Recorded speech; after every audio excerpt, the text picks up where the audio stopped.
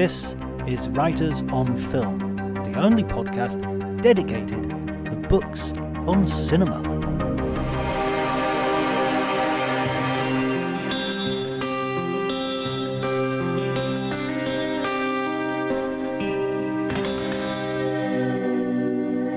Hello everyone and welcome to Writers on Film. My name is John Bleasdale. I am a writer and film critic, and today I'm going to be talking to a writer and editor, Paul Hirsch, the author of A Long Time Ago in a Cutting Room Far, Far Away.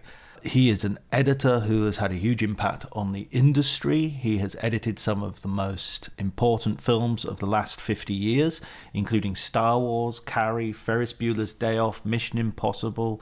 The list just goes on and on. Planes, Trains and Automobiles. We've just had Thanksgiving, so there's one. Footloose, Ray, Steel Magnolias, Empire Strikes Back. Unbelievable CV of films. So it's a real honor to talk to him and to hear his stories. And yeah, I don't need to actually. Let's stop wasting time. Let's get on with the conversation. Remember though, if you do like the episode, please click on like, subscribe to the podcast if you don't already. Spread the word. Tell your friends. Tell anybody who might be interested. If you're a writer, write a review. If you're not a writer, if you're just a listener, write a review of the podcast. That would be great. The numbers are going up, and that's really gratifying for me. But it's not for me. It's for my guests. I want my guests to get as much exposure as possible from these conversations because I think they're really fascinating. So I hope you do too.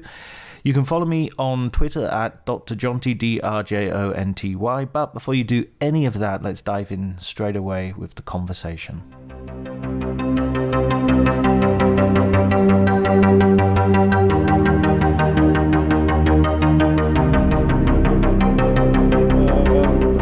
I have a long history with Italy. I haven't been as much as I'd like to be, but parlo italiano, l'ho studiato all'università quando ero giovane e sono andato qualche volta, but it's been a long time since I was speaking it, you know. So. Lei parla benissimo. Grazie. Grazie tanto. Allora parliamo italiano oggi. Mi piacerebbe, ma purtroppo i nostri ascoltatori ci sono gli italiani, però c'è Andrea che ascolta. So ciao Andrea. Congratulations on the memoir. It was a really fascinating, absolutely fascinating read. It felt like a trip through film history to some degree, in the sense that you were kind of there for so much of those years of some of the best films that we've had. A long time ago in a cutting room far, far away.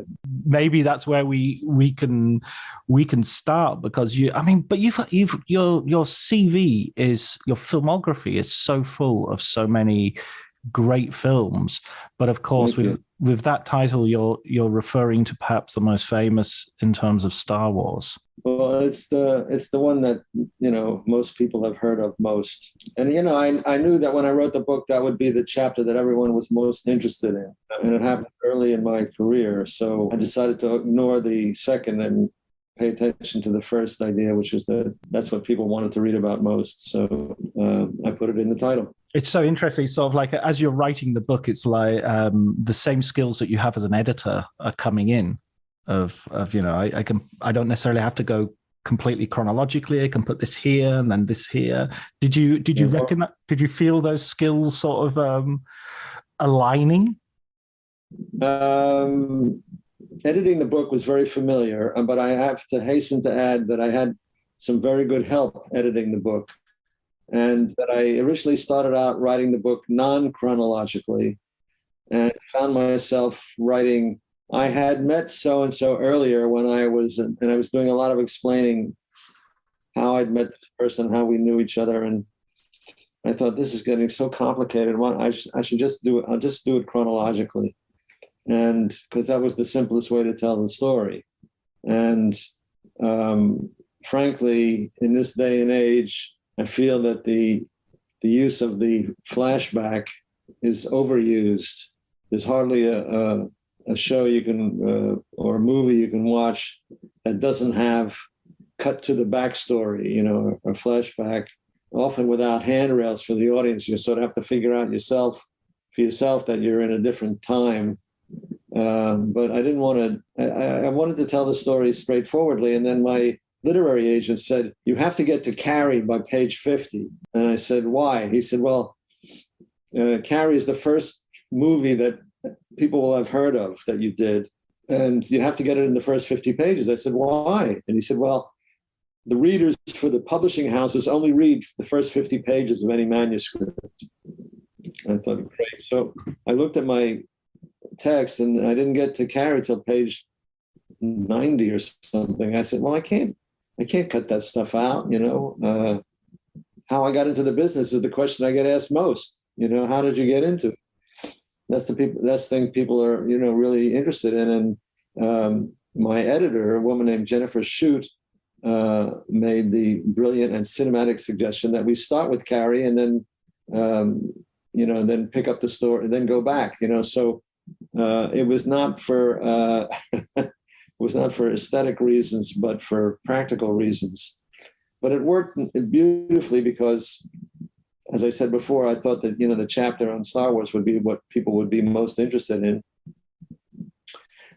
Star Wars happened to follow Carrie in my filmography, and you know, I went directly from working on Carrie to Star Wars, and so I get to the end of the Carrie chapter. I'm on my way to go work on Star Wars, and then I go to the next chapter, which originally had been the first chapter, and I retitled it 10 years earlier. So that's how that worked out. But you know, but this is the kind of thing that you do when you're editing a movie. You sort of improvise based on whatever the influences are, you know. Well, absolutely. I was going to say this sort of practical decision making, where it's you know, there's the art and the commerce and the, you know, satisfying what the director wants as well, obviously. But it's a sort of, it's no one. It doesn't seem to be one specific thing. It seems to be I want to use an Italian now. We started speaking in Italian. An insieme, an altogether of things. Yeah, it was not a purely aesthetic choice. Although I was happy with it, you know, I was happy with the way it worked out. It had not been my instinct. Anyway. And so you mentioned the question earlier, and for our listeners who haven't yet had the opportunity of reading your memoir, how did you get into the business? Oh, well, I had thought of, you know, I went to Columbia University in New York, and when it was time to graduate, I had to figure out a way to stay in school because the Vietnam War was going on, and I would get a student deferment. And at that time, everyone was either going to med school or law school or business school, and I didn't want to do any of those. And there was also journalism school, which was really not for me. And I never considered I had any skill at writing.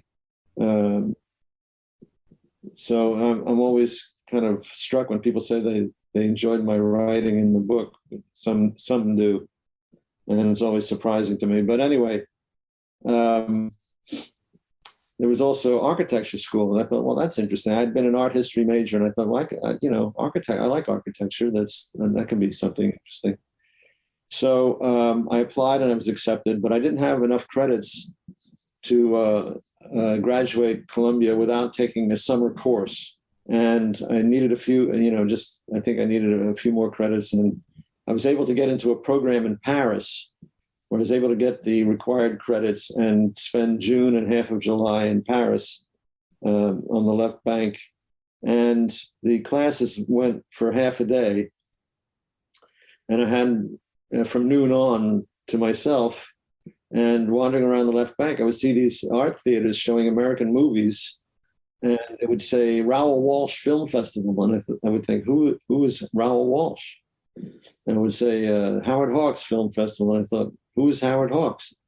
And I started going to these movies, and they were movies from the 40s, and you know, mostly 40s and the 30s, and it was a revelation to see Hollywood movies, which in in our day back then were considered just mere entertainment, were regarded by the French as art. And around that time, the Cinémathèque was showing an Orson Welles series, and I went to see on Monday. I went to see Citizen Kane. I had heard the title, but I didn't know anything about it, and I went to see it, and it was a print that was not subtitled in French. It was the original English. The place was packed. I don't think everyone there spoke English, but I think they went to see the lighting and the staging and the music and so forth, and the cutting. And anyway, it got to the end, and the end just knocked me over. It was just fantastic. One of the great endings in all of film history. So the next night I went back and I saw the Magnificent Ambersons. Wednesday was The Lady from Shanghai. Thursday was Touch of Evil. And Friday they were showing, I think it was Othello, and Welles was going to appear in person, and you couldn't get near the place. I couldn't get in. But anyway, those films by Welles sort of awakened an interest I had in movies. I always loved movies. And in the fall, I went back to New York and started at architecture school. And I decided that I just had enough of school. I was enrolled in a 4-year bachelor's degree again. I'd already gotten a BA, and I was now facing 4 years to get a Bachelor of Architecture. And I just didn't want to do that. And simultaneously, a friend of mine was working in the Columbia University neighborhood, editing a small documentary, and he had in his apartment. And I went and visited him, and I saw a moviola for the first time. Now, in 1966, there was no such thing as videotape, at least for the public. The networks had them, of course. But the only way you could see a moving image in those days was by going to the movies or by turning on the television. And you saw it only live, going forward at sound speed. There was no such thing as pause or rewind or fast forward. None of those things existed. And here was a machine, the moviola, that could stop on a frame and go back. And I was astounded. I thought, wow, this is so cool. And I decided I wanted to, and I saw all the tools and the equipment. I always liked working with my hands, and I saw, splicers and synchronizers and reels and rewinds and all the various, different colored grease pencils and different colored tapes and boxes. And it's sort of an arts and crafts aspect of film editing in those days that appealed to me. And I decided I wanted to pursue it. And I didn't know anything more about it except that it looked cool. That was all I knew. Excuse me. So I dropped out of architecture school, and I got a job delivering packages for a small industrial film company. And I would take the work print from the editors in the office over to the negative cutter, and I would pick up the cut negative from the negative cutter and take it to the lab for printing. And then I would pick up the prints from the lab and bring them back to the office and mount them on reels and send them out to whoever they were intended for. So I sort of was acting as a gopher, for a couple of weeks. And I met one of the guys that I met on my rounds was a negative cutter. He was looking to hire somebody to train. And I went back and I spoke to one of the editors. I said, "What do you think? I've been offered this job." And he said, "Well, you'd be handling film and not packages." And I thought, well, that's a good point. So after 2 weeks, I gave him 2 weeks notice, and I went to work for this negative cutter, and I worked for him for about 6 months. I learned the whole technical end of the business, how you prepare negative for printing, and how you have to drop frames in order to make a splice, and various things that were useful and important to know. But after a while, I stopped learning, and it became repetitive, and it's a very boring job. You have to be you can't make any mistakes. You have to be very focused on something that's really boring. So I decided I would, and the guy was a screamer too. So he screamed at me once too often. I said, screw this, and I left. And then I got a job as an assistant editor, which I wasn't, but I knew enough to be an assistant editor at a trailer house. And the editor there was working alone at that point, needed an assistant. And after a couple of months there, he was getting more work than he could handle. So he gave me something to cut.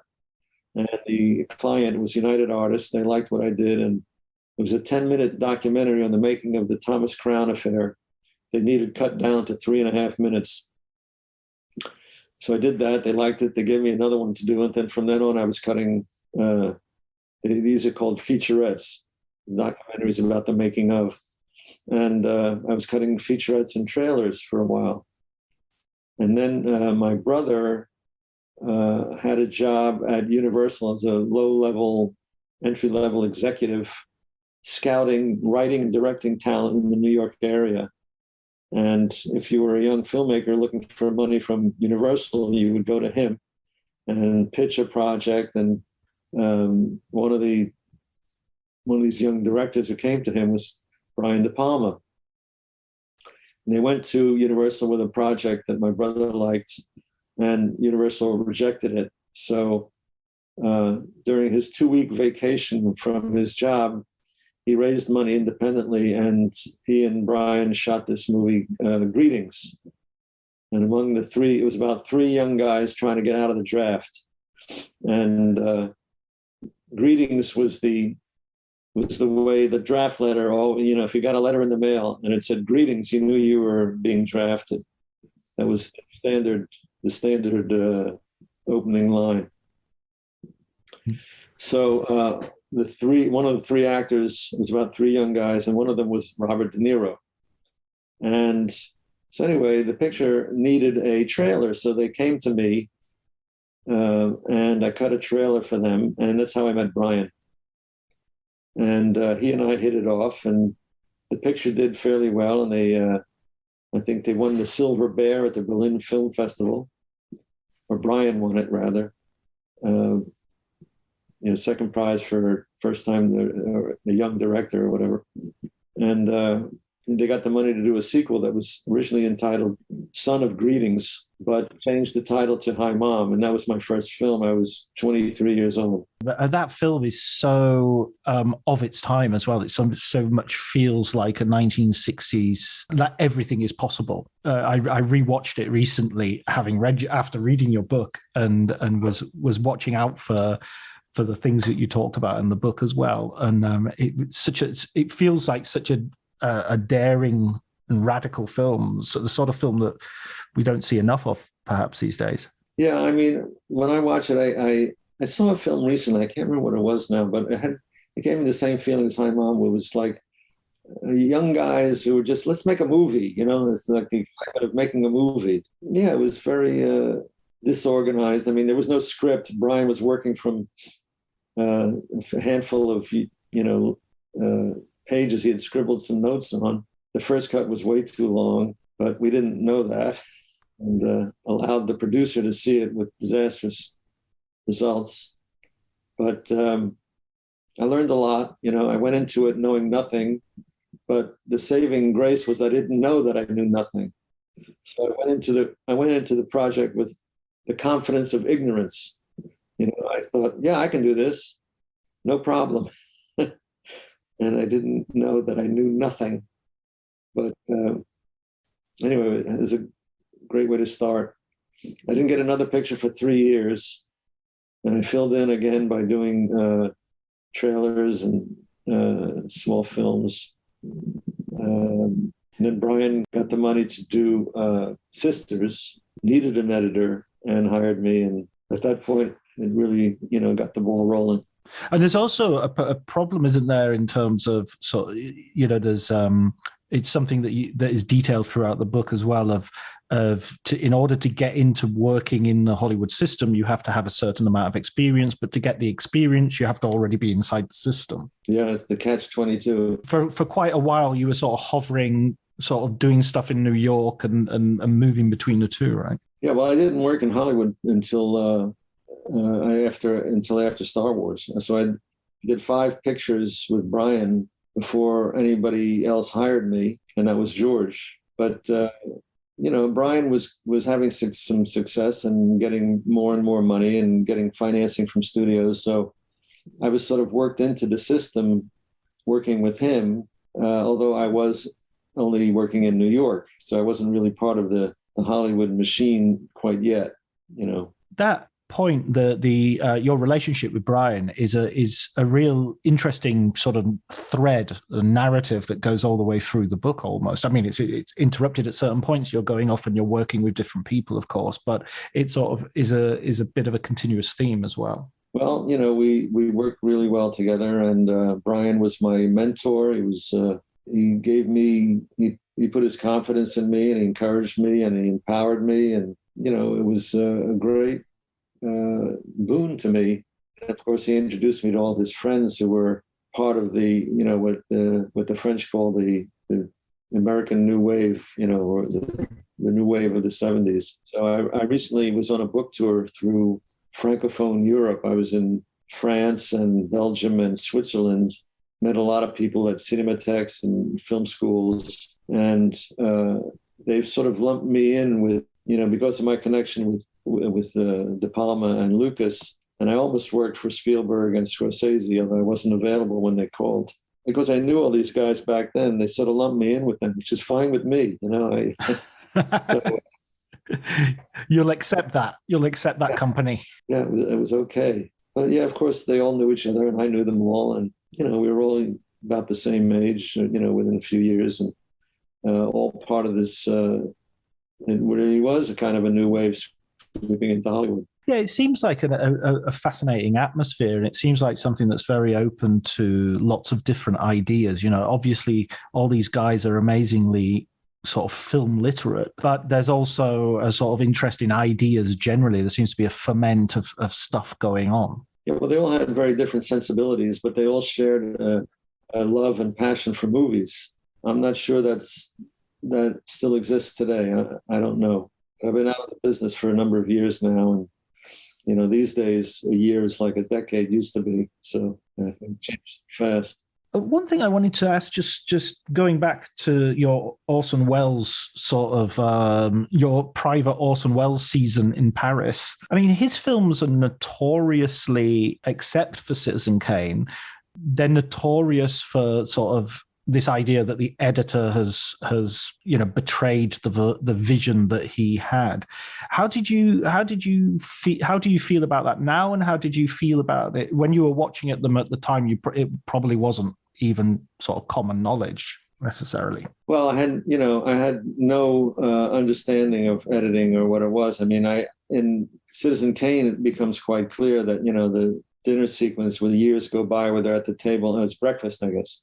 They're at the breakfast table year after year, and a sort of collapsed time with that sort of montage. But I wasn't really aware of editing. I mean, I was also passionately enthusiastic about Breathless, and I didn't know why. There was just something about it that attracted me. I didn't learn about Welles's problems with the studio till much, much later. I was completely a naive audience in those days. What happened with Magnificent Ambersons, which was the first picture that Welles did after Citizen Kane, was that the Citizen Kane, I think, was 1941, I believe. Anyway, it was the start of the war, and the State Department had organized a program to try to get the the Latin American countries to side with the Allies. They were, I think, Brazil and Argentina were neutral, and I forget, I don't know exactly the history of the politics at the time, but they organized this film program where they subsidized Hollywood directors to go to various countries, make films in collaboration with the South Americans in order to strengthen the political ties. And Welles went off to Rio de Janeiro, went off to Brazil to film, to make a film, and he was going to make this film about. There was an event, a historic event in Brazil, in which some impoverished fishermen from the north, which is in the north, it's closer to the equator, so it's a poorer area. They put together a raft and sailed the raft down to Rio de Janeiro and into the harbor to protest their living situation. And they became national heroes. And they were covered by newsreels and radio. And Welles decided to make a movie about them, and he was going to use non-professionals as actors. And there's a wonderful documentary about it called "It's All True," which was the name of the film, I think, as well, wasn't it? It was the name he was going to use. It sounds right. I'm not sure about that, but anyway, he got involved with. He was kind of a wild young man, and there are stories of him throwing furniture out the hotel window onto the Copacabana. And he was sort of out of control, and he was spending a lot of money. And the studio, meanwhile, was forging ahead with the post-production of The Magnificent Ambersons. And he wasn't around when they were finishing the film because he was off in South America carrying on and chasing this project. Well, anyway, during the filming of the Welles project, he recreated the raft sailing into Rio de Janeiro with the original heroes playing their parts. And there was an accident and one of them drowned. And it became a huge national story. Welles went in front of the newsreels and cameras, and he said, "I swear I will finish this film in honor of the hero who died." And maybe more than one of them was drowned, I forget. So then he was committed to finishing the film, but he didn't really have a script, and the studio was losing confidence in him and telling him, they were cutting off his money and limiting how much time he could spend down there. So this was all in the context of finishing Magnificent Ambersons.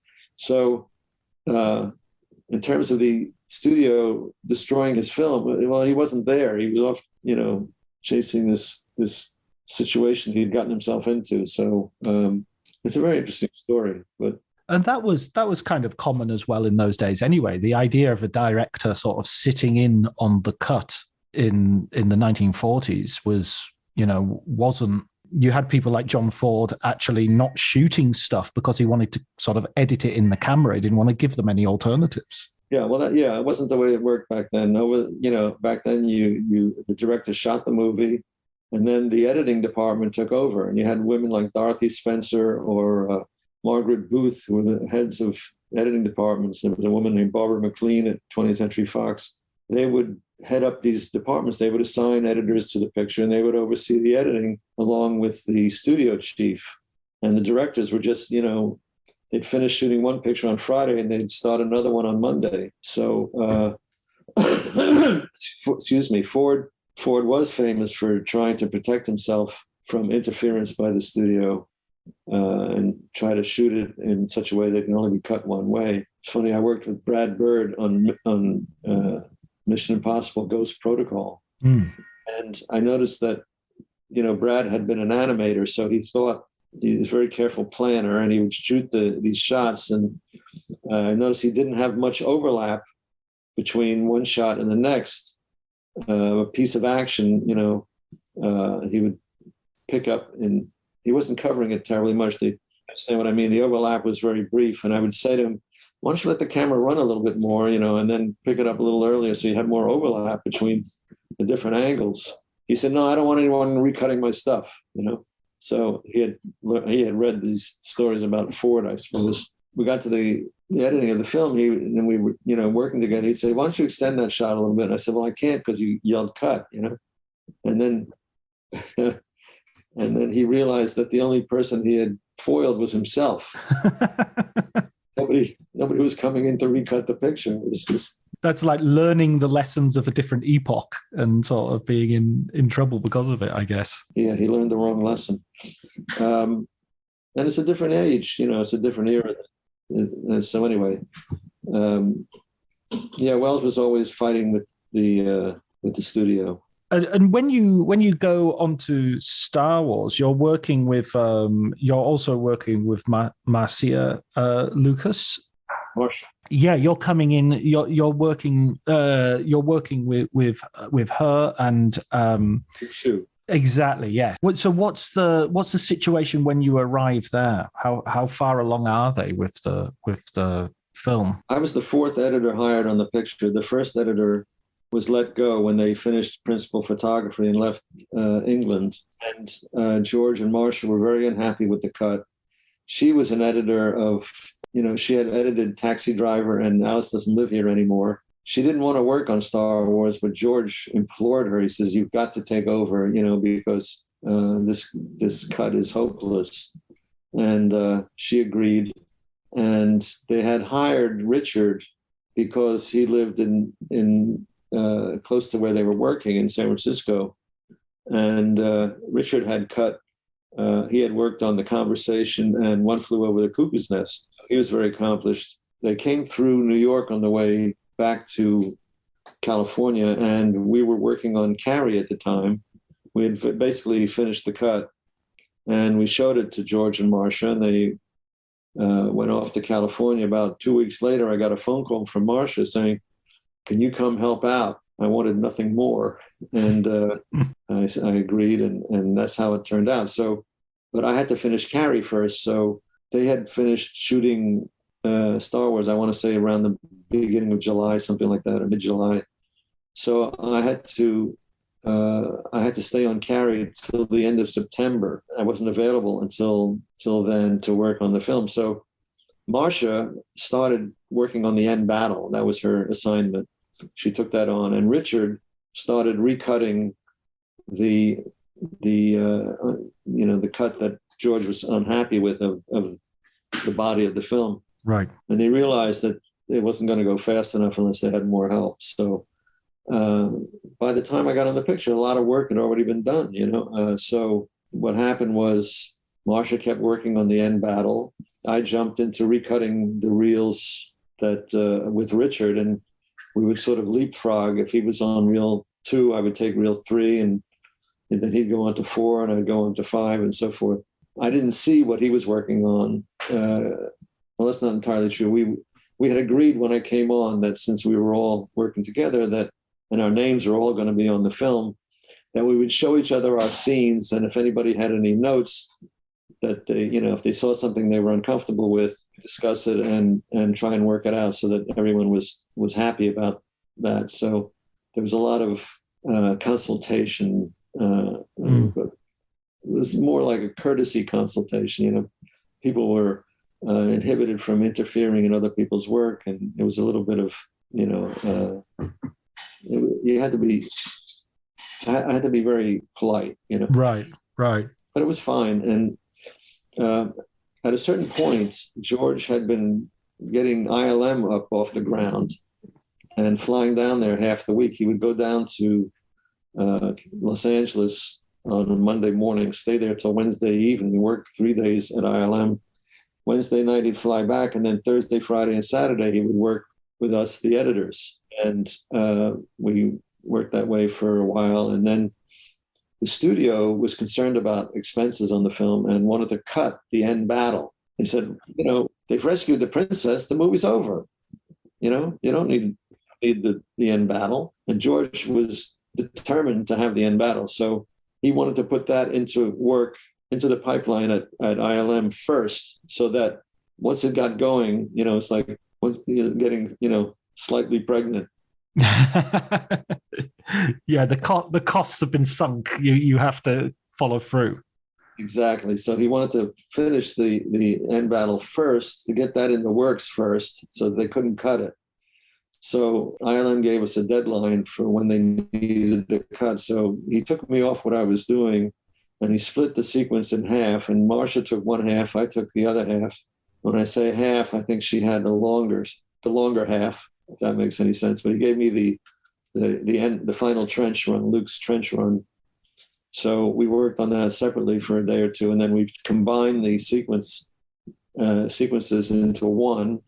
And then we did a sort of a tag team editing session where I would sit at the cam and drive, and Marcia and George would sit behind me on the couch and make comments, and I'd make suggestions, and we'd work that way for a while. And after a couple of hours, I would give up my seat, and Marcia would drive, and I would sit next to George, and we went on that way for a couple of days, and we locked the sequence and then turned it in. And then I went back to recutting the reels. We had a screening for Alan Ladd Jr., who was the head of the studio, around Christmas time. And the picture was very rough because we had virtually no visual effects. And we had placeholder shots instead of the effects that were still not made yet. And it was very hard to interpret, even for us who were working on it.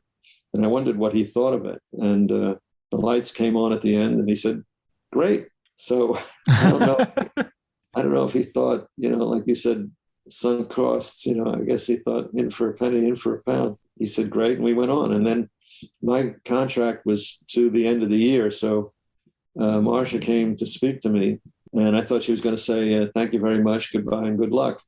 But she didn't. What she told me was that Marty Scorsese's editor had died, the editor who was working on New York, and Marty had asked her to come down to LA and take over the film.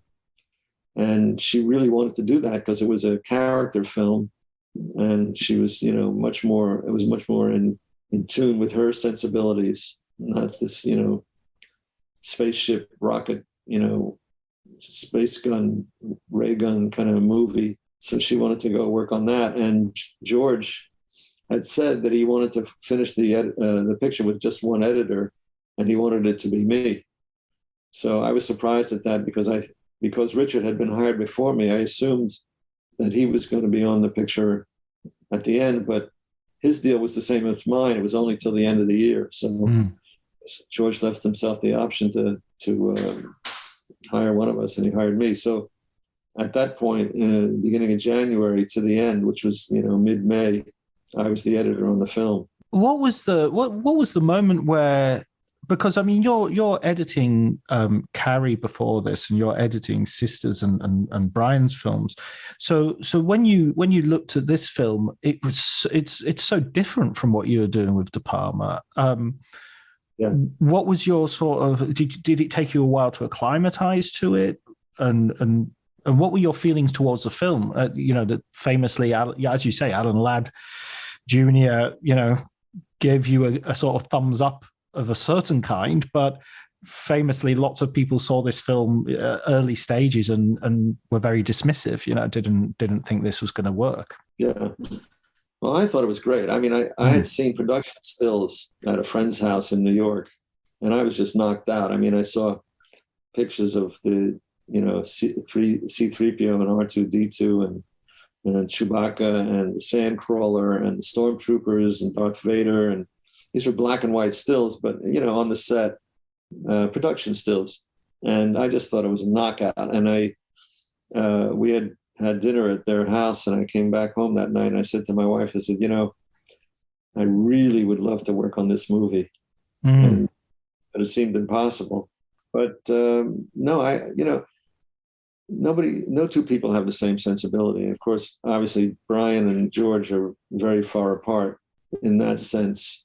But I don't fully share Brian's sensibility either, and one of the reasons that I was so excited about it was to be able to work with somebody who had a different sensibility. And I appreciate Brian and everything he did for me, and I think he's brilliant at what he does. Nobody moves the camera better or conceives better visual sequences than Brian, but he's not that interested in performance. I mean, the actors are not his medium. It's more the camera and the editing. And for an editor, it's great, but there's some, macabre aspects to Brian's soul, and I didn't fully share those. But, and I didn't, I just done Carrie, which is a horror picture, and I didn't want to do just horror pictures. And in fact, the next picture Brian did was another sort of horror picture, The Fury, and I didn't feel I could turn it down, so I signed on. And but it's not my, he was describing the film to me. He says, and at the end, his head explodes. I thought, really, this is what you want to do? You want to make a movie where a guy's head explodes? But I agreed to do it because he had been so important in my life and so done so much for me in my career. I didn't feel I could turn him down. But it's not me, but the editor that's not my job. My job is to help the director realize his vision, or her vision, I must hasten to add. And yet, I mean, that's what's interesting about the memoir as well, is that as you go through your career, there are so many times where you have sort of different relationships with different directors and different, I mean, it's almost like it's almost a different job to some degree, that you're helping out much more with the story. You're visiting the set and you're meeting them, and those personalities are kind of very important in how you can work, and sometimes how you can't work. Well, directors are as different as any people are different from each other. So you have to make relationships, with who they are. And the relationship's going to be different, of course, with each one. There are people I did not get along with who are not in the book. But you can tell us now. Well, you can look at my filmography and see who's not in the book and figure it out. I'm thumbing through IMDb as we speak. No, I'm joking. I have to thank you, by the way, because Star Wars was my first ever trip to the cinema with my dad. Wow. With my dad and my brother, 1977, in Barrow-in-Furness in Cumbria, in the north of England. We queued outside. It was a genuine blockbuster, in that we queued out right round the block to the swimming pool. Of course.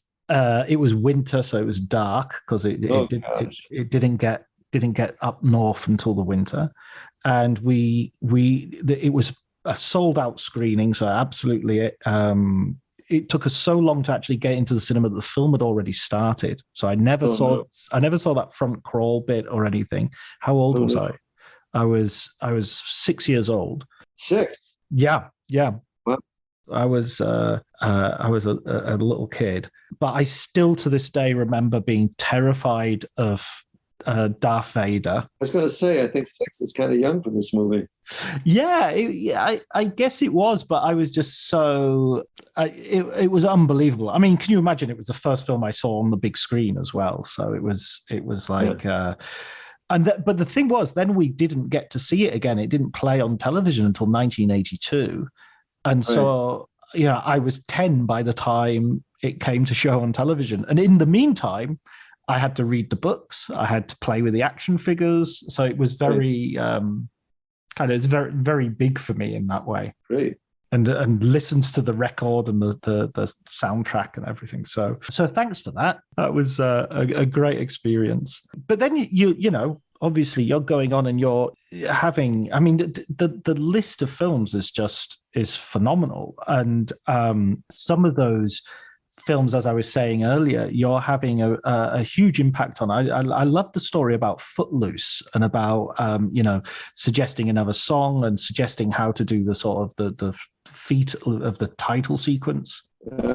Herbert Ross was a highly respected studio director, and I think it's funny, on this recent trip I made through Europe, his name wasn't very well known. His work isn't highly regarded. I mean, De Palma is like a god for the French, and I think I got more attention from being associated with him than I did from Star Wars.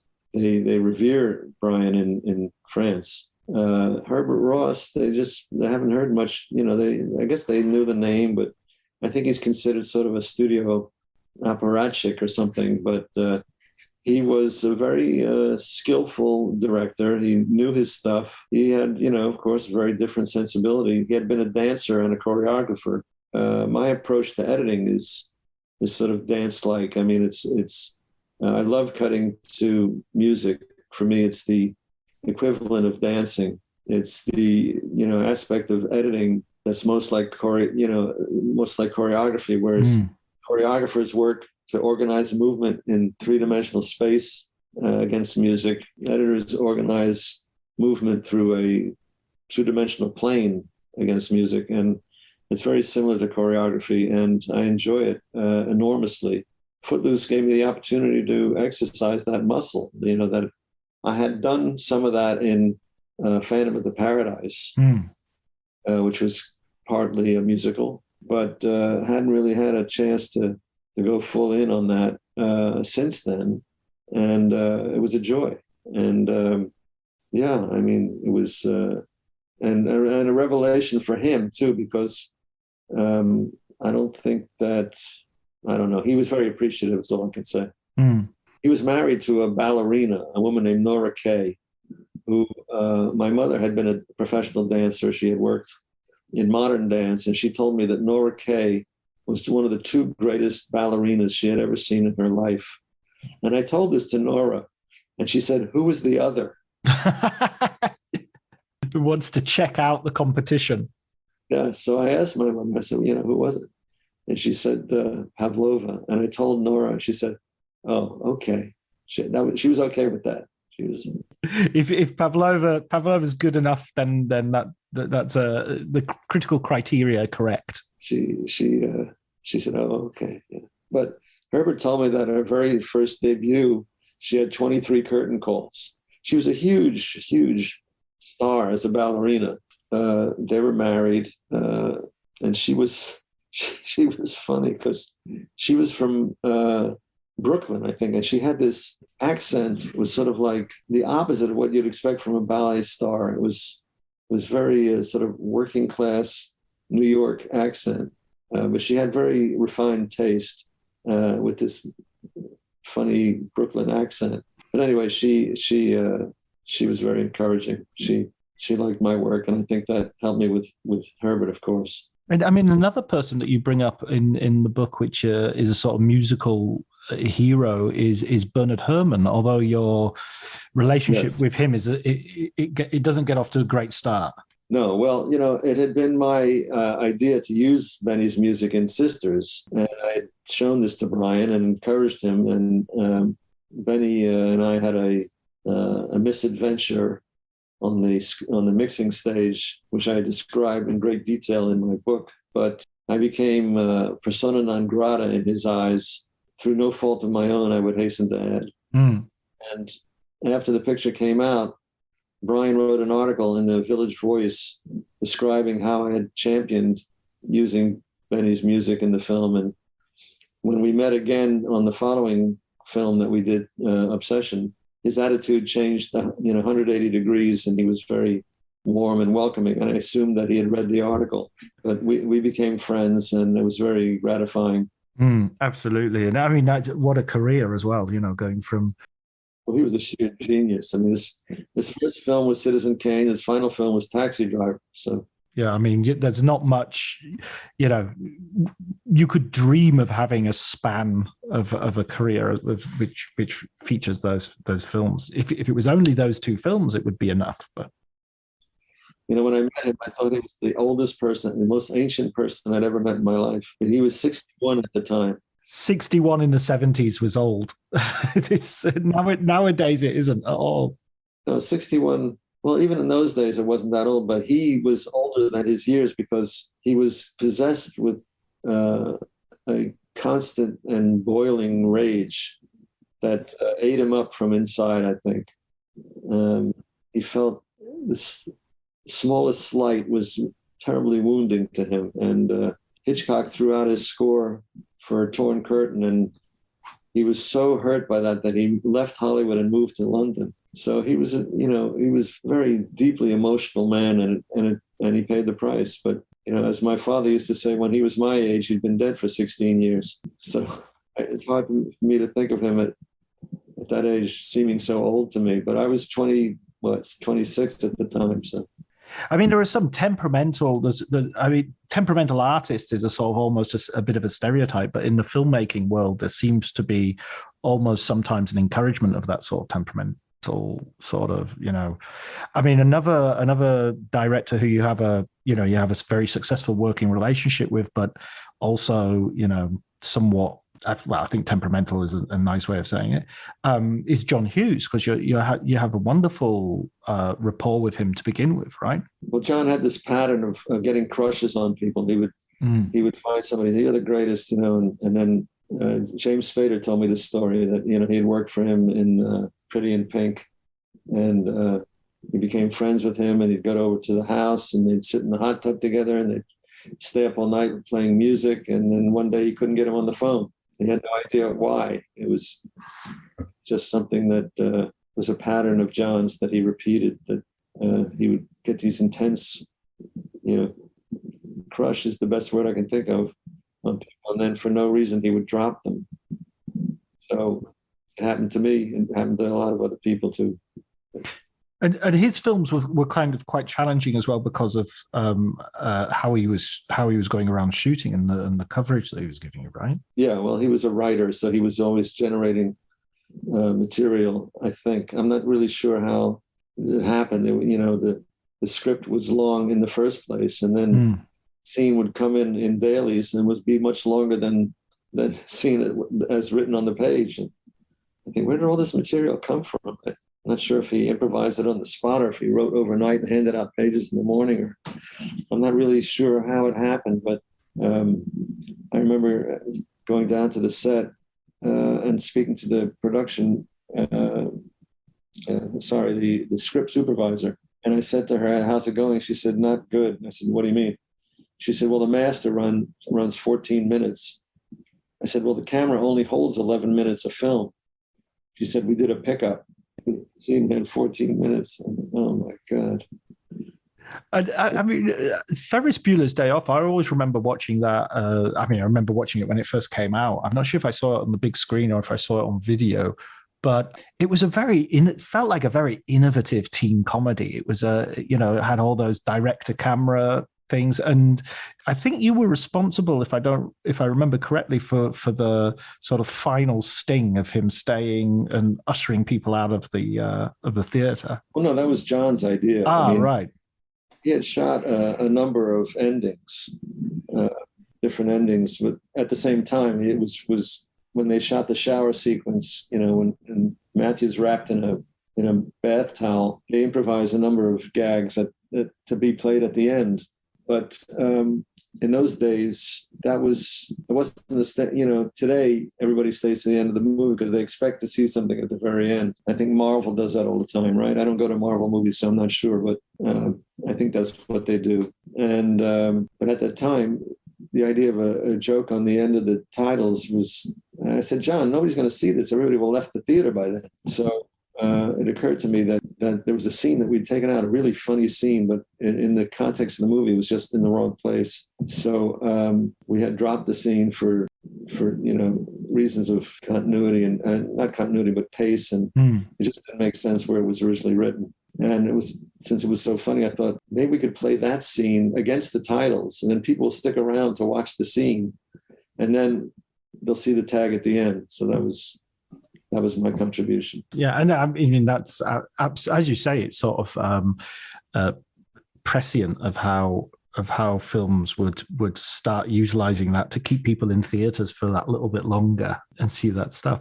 How did it? I mean, one of the other films that I was, there's so many films I'd love to talk about all of them, but Falling Down, the Joel Schumacher film, is one of those. That's one of those films that every now and again there's a movie that it's not. I like it, but I it's kind of like it worries me, and I have to go back to the cinema and watch it again and watch it 2 or 3 times in maybe 1 week. And Falling Down, I was in Liverpool. I remember I went to see that like 2 or 3 times because I couldn't quite work out why this film fascinated me so much, and yet in some ways it on paper it shouldn't have. Well, I think one of the interesting things about Falling Down is the casting. Was Joel originally sent the script to Michael Douglas to play the part that Duvall eventually played. He was the policeman. And Michael Douglas read the script. He says, no, I want to play defense. Joel thought, sure, great. So then we got Duvall to play the part that was originally offered to Michael Douglas. But, in the script, defense is this character who, is a very interesting character because his reaction to situations that we all find frustrating in life, stuck in traffic, or a clerk in a store won't give us change for $1 so we can make a phone call, or it's past 11 o'clock so we can't order breakfast at the fast food joint. All these little annoyances, petty annoyances that we meet in life, this character would react to violently. So we share his irritation, but we're repelled by his resort to violence. So there's this ambivalence about our feeling to the character, but it's distorted by the star power of Michael Douglas, who's, got the charisma of a movie star. And here he is playing this sort of kind of insane character. And his responses to situations are in sync with ours, but his behavior is aberrant, So it's that push and pull, how you feel about the character, that complicates the story. But I think that's part of what makes it interesting too. Yeah, absolutely. Yeah, it certainly fascinated me. I certainly, there is, as I say, there are some films that I wouldn't necessarily put on my sort of top 10 list, but at the same time, just they've got something in them that you keep having to go back to and trying to solve and trying to, so, and that's one I definitely had that with. So as you're sort of established at this point, you also have a moment where you sort of go back to work with Brian for Mission Impossible, and then also later Mission to Mars. And I mean, one thing that I got the feeling, and maybe I'm wrong, but when I was reading your book, I got the feeling that it didn't seem like the industry, you have this point that you're only as good as your last picture, and it's kind of Pluto Nash kind of puts you in a bad position, even though you've had all these huge successes. Yeah. I mean, that's really, it feels really unforgiving of the industry, and really great, ungrateful, I should say. Well, I have this line that I give people. I say, when something bad happens to them, they get fired or whatever, I say, don't take it personally. They don't consider you a person. So you can't, if you want to work in the business, you have to develop a sort of a thick skin. But there's no illusions about it, I don't think. I mean, people know that Hollywood tends to be kind of cynical and ignorant, People don't know your resume. I mean, just because I've done all these films doesn't mean that the people I'm working with know it. Some do, some don't. I remember I was working on a picture called The Fighting Temptations, and the head of the studio at the time was a woman named Sherry Lansing. And Sherry, we'd had a screening and a preview, and she had some notes, and she came to the cutting room, and we showed her the change, and she was very happy, and she was there with a couple of her other assistants, executives, junior executives. And she started sort of making a point about preview screenings. And she said, she turned to me in order to make a point. She said, for instance, what's the most successful picture you ever worked on? And I said, Star Wars. And she stopped dead in her tracks, because clearly that is not what she had hoped I would say. It was not in line with the argument that she was trying to make. Wasn't helping her point, I guess. I don't know what her point was, but certainly, and she just stopped. She said, you had to go and say Star Wars. I said, what? You asked me, So that's what I mean, that people don't necessarily know, you don't walk around with a resume on your back, so it doesn't really matter what your past successes have been. People may not know it, But it just feels like such a fundamental part of making a movie. And I mean, I look at editors like Thelma Schumacher with Martin Scorsese, or Sally Menke with the early Quentin Tarantino, and I sort of think, there's a moment where unfortunately, tragically, Sally Menke dies, that I don't think it's a coincidence Tarantino's films sort of drop off in quality after that. I think it just seems so essential that the directors have great editors behind them. Why isn't that appreciated? Why isn't that, that should be, nailed into the system? Yeah, well, directors have massive egos and they don't like the idea that they're sharing credit for anything with anyone. That's part of it. I don't know. The other thing is that as far as Tarantino is concerned, Brian made the point to me that directors don't get better as they age. Their best films are done in their prime of life, not at the end. And it's true of Hitchcock, his films got worse. And it's true of most directors that they hit a peak and then, their last films are, like it happened with De Palma, his later films were not as good as his earlier films. And it could be true of Tarantino too. Brian says that directors are remembered for the films they did in their 30s. I think it's possibly true, but I realized recently, something I've known all my life, but I never thought about it, was that the editor is the one person on the film with whom the director works most closely. The collaboration with the editor is more than with any of the other people in the picture. And it's more extended and closer than with anyone else. So I don't know what that's particularly germane to your point, but yeah, these films they're not made by robots. Every movie you see is handmade. Every splice or cut, now it's not a splice anymore, but every cut is a choice made by a person. And every person has personal predilections and styles and so forth. So every picture you see is a handmade film by someone, and it's usually the editor, and the director will come in and make adjustments to bring it closer to his or her sensibility. But the editor is making a lot of choices, many more choices than is possible to change, except of course on Star Wars, where we basically changed every choice. But usually these films are, made by the editor and adjusted by the director. I guess that's what I mean, is just that, you're spending millions of dollars most of the time, multi-millions of dollars on a film. And then, one of the principal, most important jobs about putting that together and the final product, presenting it. And you're not checking you're not checking the person's CV. You're not casting the editor with the same care that you would cast the lead actor, or the same care that you would cast, you would hire anybody who's going to have that fundamental an effect on the film. I would take issue with that. I think the director is very careful about who they hire. I mean, especially because you're going to be spending so many hours with that person. So it's more the studio than the director. Is what I kind of meant, I guess. No, it's not. It's the director who hires the editor, unless, of course, the director goes off course, and then the studio, will bring somebody in. That's sort of what happened to me later in my career, which is that I got fewer offers from directors, but I started getting offers from producers and studio executives to come in and fix something that they thought wasn't working. How did you feel about that work? How did you? Was there a different set of challenges that were interesting for you?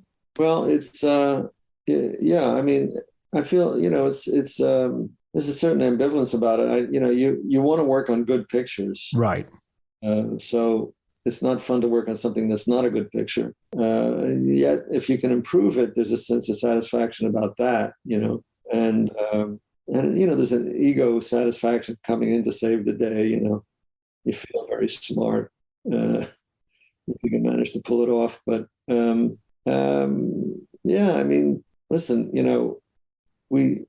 I say it as a joke, but it's partially true. I say I did it for the money.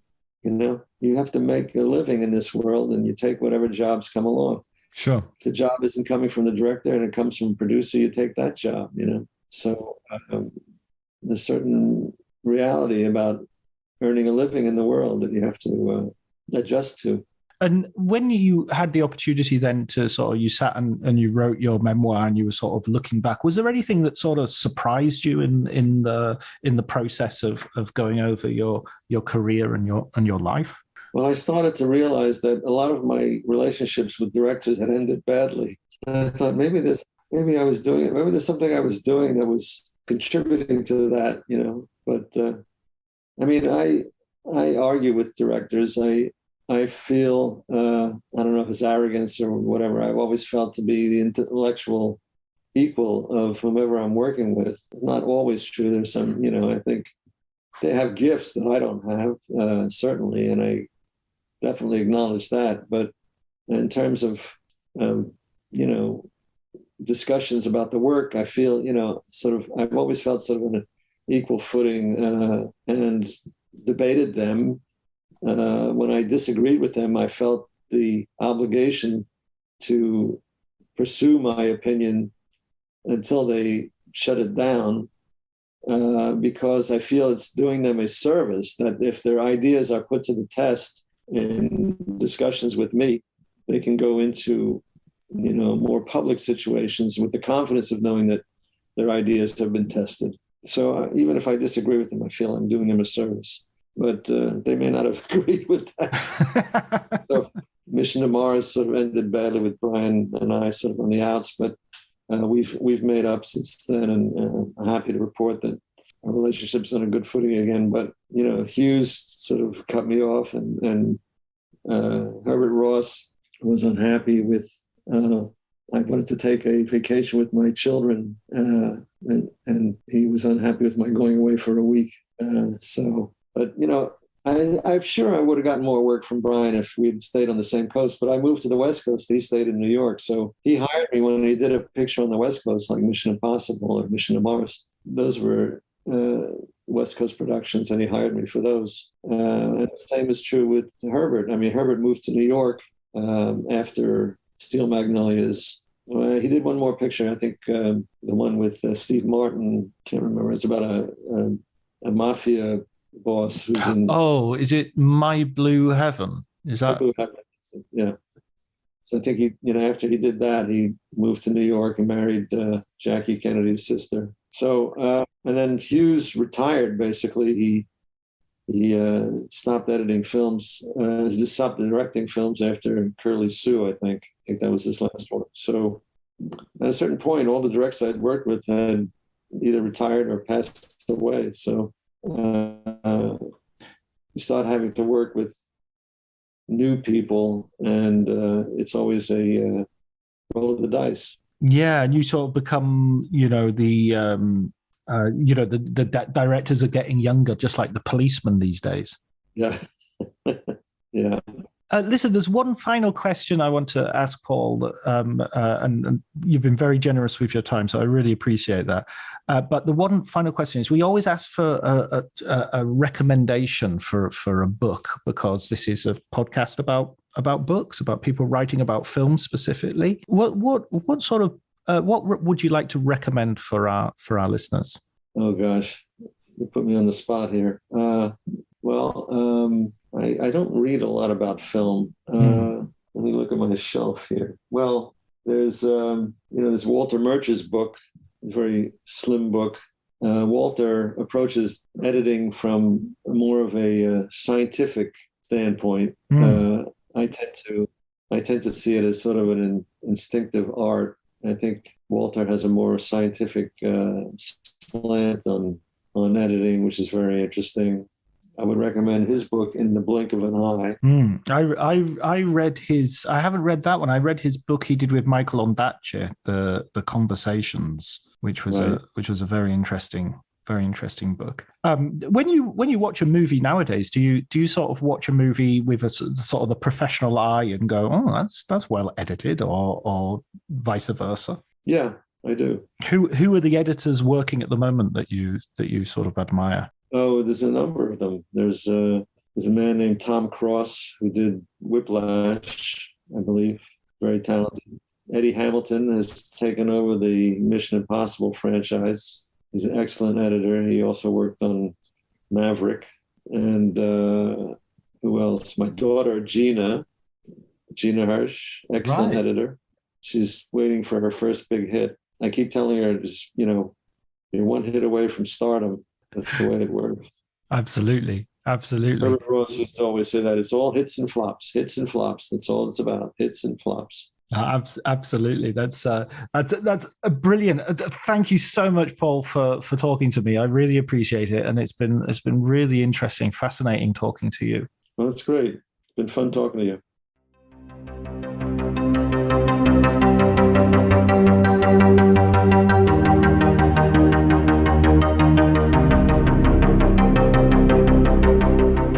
Okay, that was my conversation with Paul Hirsch. It was a fascinating and a great honor, in fact, to talk to the man who had such an impact on so many of the films that formed my love of cinema. So I'll be very great. I'm very grateful that he took the time to do that. His book is wonderful. If you haven't already read it, I'm sure this conversation will have encouraged you to go out and get a copy.